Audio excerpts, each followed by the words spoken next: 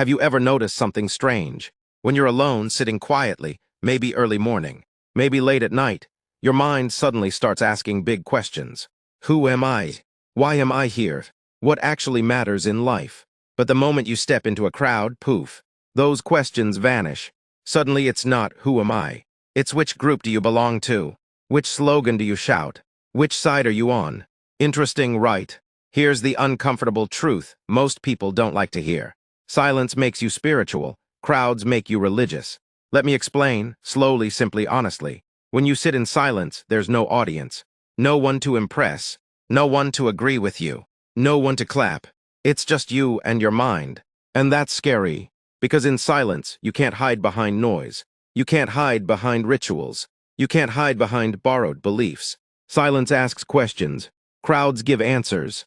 In silence, you notice your anger, fear, jealousy, ego. In crowds, those same things get decorated with labels like tradition, faith, or culture. Have you ever seen how calm a temple feels when it's empty? No loudspeakers, no arguments, no competition about who prays better. Just peace. Now visit the same place during a festival crowd.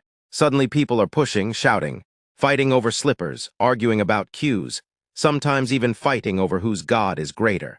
Same place, same God, different noise. That's the difference between spirituality and religion.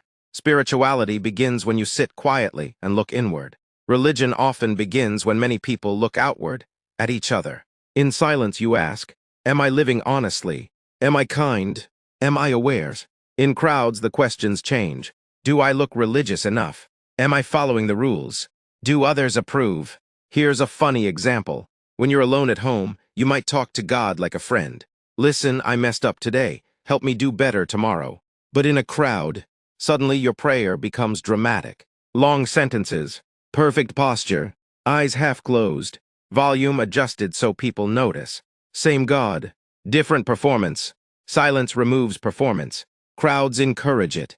That's why the greatest spiritual discoveries in history didn't happen in marketplaces.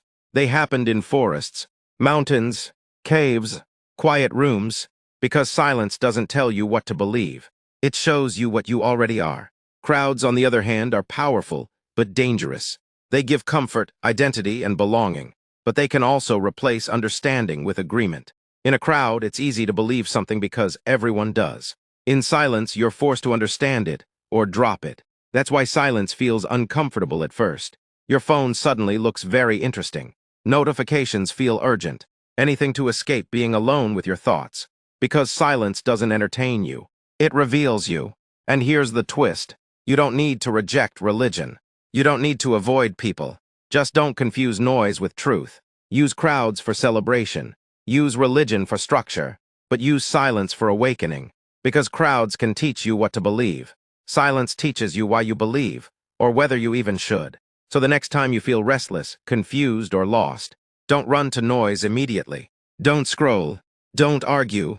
Don't shout slogans. Sit quietly. Let silence speak. It may not give you answers right away, but it will give you something far more valuable. Clarity,